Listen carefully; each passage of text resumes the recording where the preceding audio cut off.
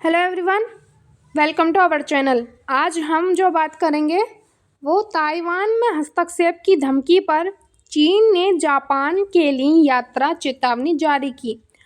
अब इसमें देखते हैं न्यूज़ क्या है। टोक्यो के नए प्रधानमंत्री की टिप्पणी के कारण उत्पन्न कूटनीति विवाद के बाद चीन ने अपने नागरिकों से जापान की यात्रा से बचने को कहा है। अब आइए अगली न्यूज़ में देखते हैं। प्रधानमंत्री की ताइवान संबंधी टिप्पणी के बाद चीन ने अपने नागरिकों से जापान की यात्रा से बचने को कहा है। आइए हम अब देखते हैं न्यूज़ क्या है। चीन जापान तनाव, उसके बीच तनाव, ताइवान मुद्दे पर यात्रा चेतावनी और कूटनीतिक संघर्ष की बात करते हैं। हम पहले हम देखेंगे कि इस मुख्य घटना क्या है, मतलब घटना क्या है। तो इसमें विवरण की बात करें तो 15 नवंबर 2025 को चीन ने अपने नागरिकों को जापान यात्रा से बचने की चेतावनी जारी की है और यह चेतावनी जापान के नवनिर्वाचित प्रधानमंत्री सनाए तकाईची के 7 नवंबर 2025 को संसद में दिए बयान से उपजी है और जिसमें उन्होंने कहा है कि ताइवान पर चीनी आक्रमण की स्थिति में जापान सैन्य हस्तक्षेप कर सकता है। इस कूटनीतिक विवाद ने दोनों देशों के राजदूतों को बुलाने का रूप ले लिया है और अल जजीरा, जो कि एक अंतर्राष्ट्रीय वो है न्यूज़, मतलब जहाँ पर न्यूज़ होती है, तो चीन ने पीपल टू पीपल एक्सचेंज को नुकसान पहुंचाने का हवाला देते हुए चेतावनी जारी की है, जबकि जापान ने इसे अस्वीकार कर दिया है। चीन के अधिकारियों के बयान विवरण की बात करें तो चीन के विदेश मंत्रालय और जापान ने चीनी दूतावास के विचेट पर पोस्ट जारी करते हुए कहा है कि जापानी नेताओं ने उकसाने वाले बयानों ने लोगों के बीच आदान प्रदान को गंभीर रूप से क्षतिग्रस्त किया है और जापान में चीनी नागरिकों की व्यक्तिगत सुरक्षा और जापान को जोखिम में डाला है और उन्होंने कहा कि चीनी नागरिकों को निकट भविष्य में जापान यात्रा से बचने की सलाह दी है। दोनों स्रोतों से कहें तो शुक्रवार को चीन ने जापान के दूतावास को बुलाया है और सोमवार मंगलवार को पीले सागर के माध्यम से भाग में 24 घंटे लाइव फायर अभ्यास किए हैं और जहां प्रवेश जो है निषेध था।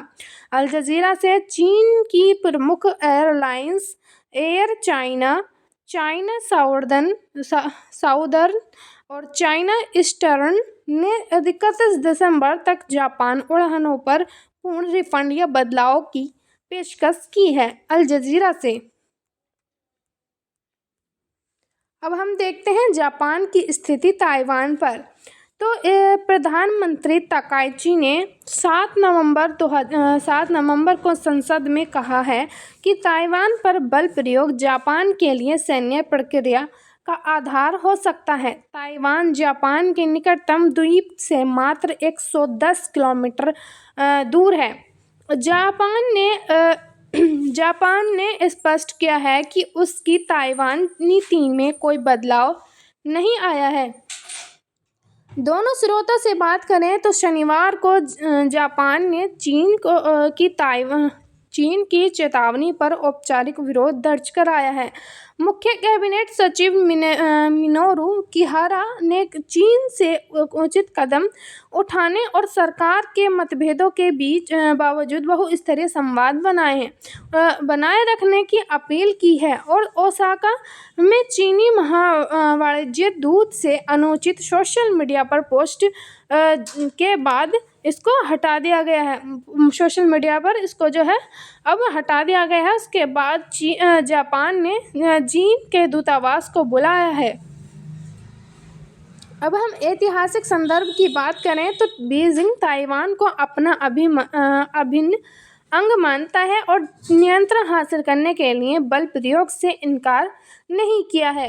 ताइवान 1945 तक जापान का उपनिवेश था और जो कि द्वितीय विश्व युद्ध के बाद समाप्त हुआ।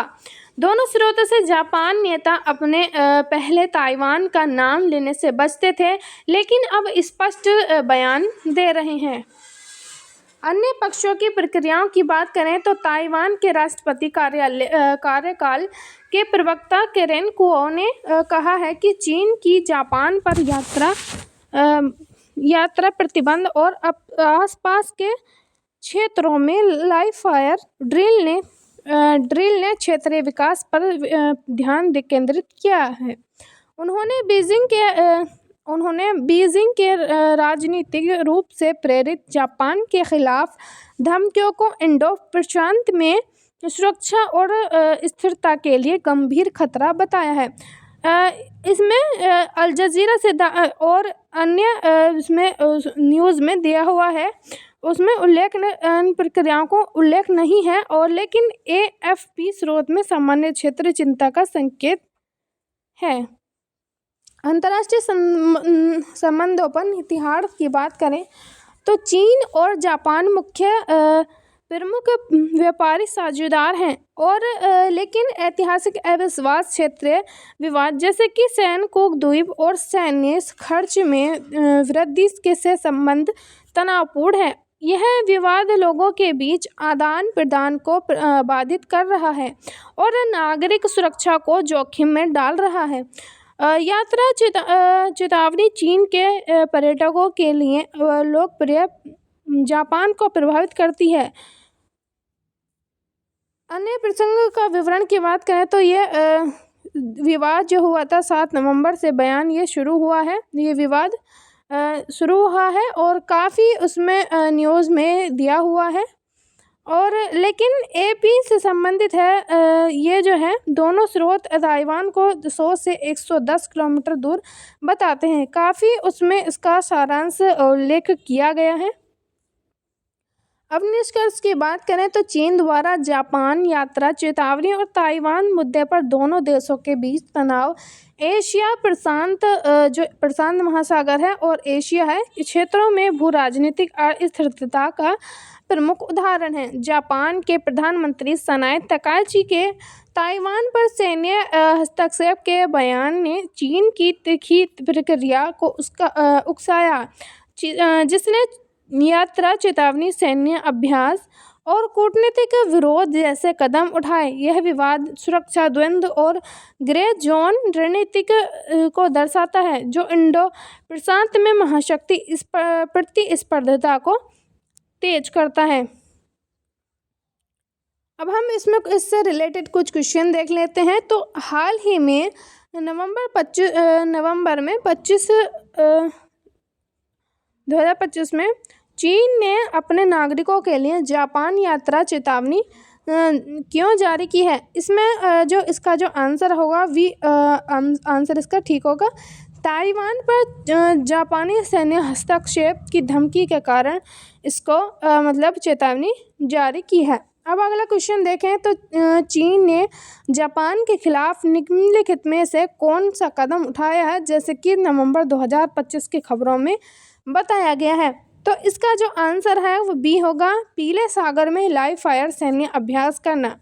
तो हमारी ये थी आज की न्यूज़। मिलते हैं अगली वीडियो में, तब तक के लिए थैंक यू।